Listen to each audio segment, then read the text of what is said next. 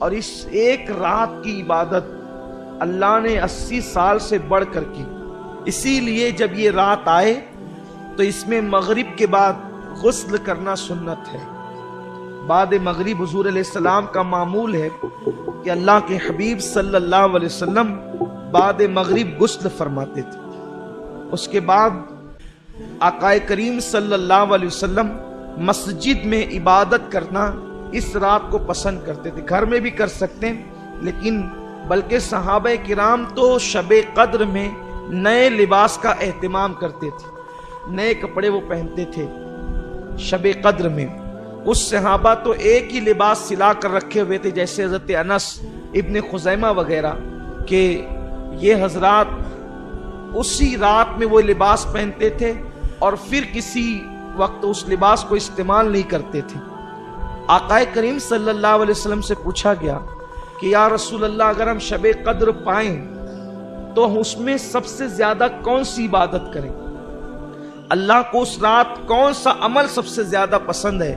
تو اللہ کے حبیب صلی اللہ علیہ وسلم نے فرمایا، اگر وہ رات تمہیں مل جائے تو کثرت کے ساتھ دعا کرو، کیونکہ اس رات اللہ کو دعا بہت پسند ہے.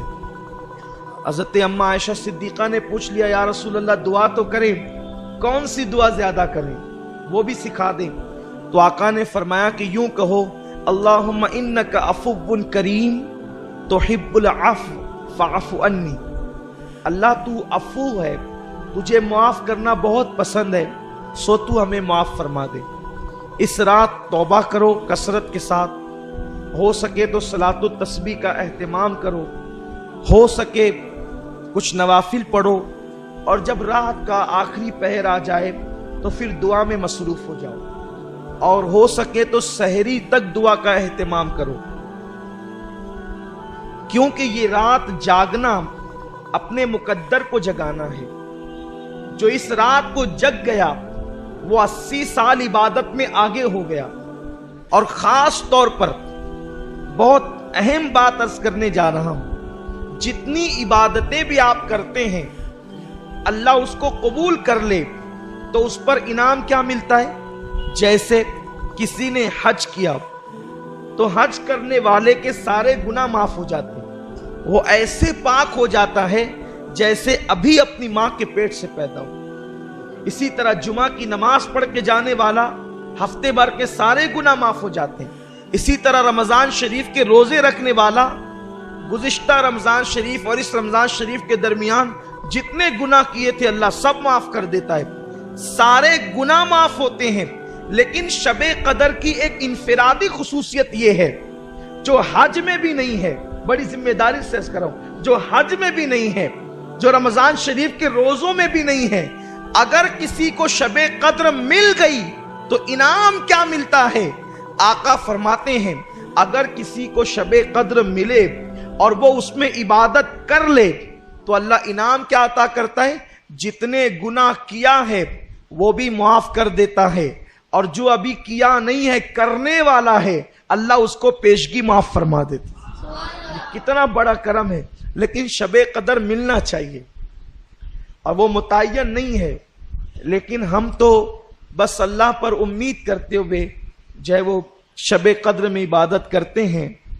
ام المومنین اماں عائشہ صدیقہ فرماتی ہے حضور اس رات تہبند اتنا کس کے باندھتے تھے. میں نے پوچھا حضور اتنا کس کے تہبند باندھتے ہیں؟ تو فرماتے ہیں عائشہ عبادت کے لیے کمر کس رہے ہیں. جب ٹائٹ کوئی چیز کمر میں باندھی جائے تو پیٹھ سیدھی ہوتی ہے، اور اس میں کھڑے رہنے کے اندر جو ہے وہ انسان کو مدد ملتی ہے.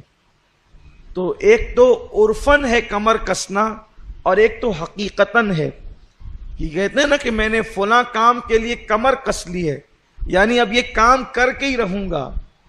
تو اللہ کے رسول صلی اللہ علیہ وسلم اس رات عبادت کے لیے کمر کستے تھے. یوں تو ان کی ہر رات ہی عبادت میں گزرتی تھی، ہر رات عبادت میں.